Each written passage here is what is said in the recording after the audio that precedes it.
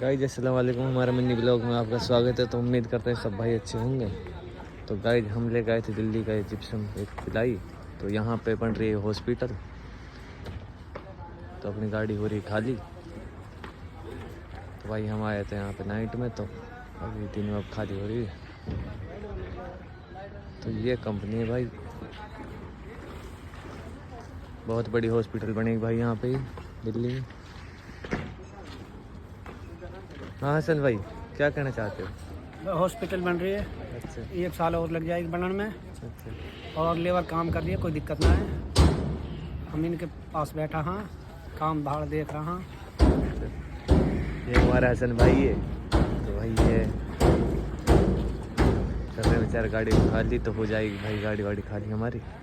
तो ये ऐसे कुछ हॉस्पिटल है ये, बहुत बड़ी हॉस्पिटल है भाई, बहुत एरिया में बन रही है।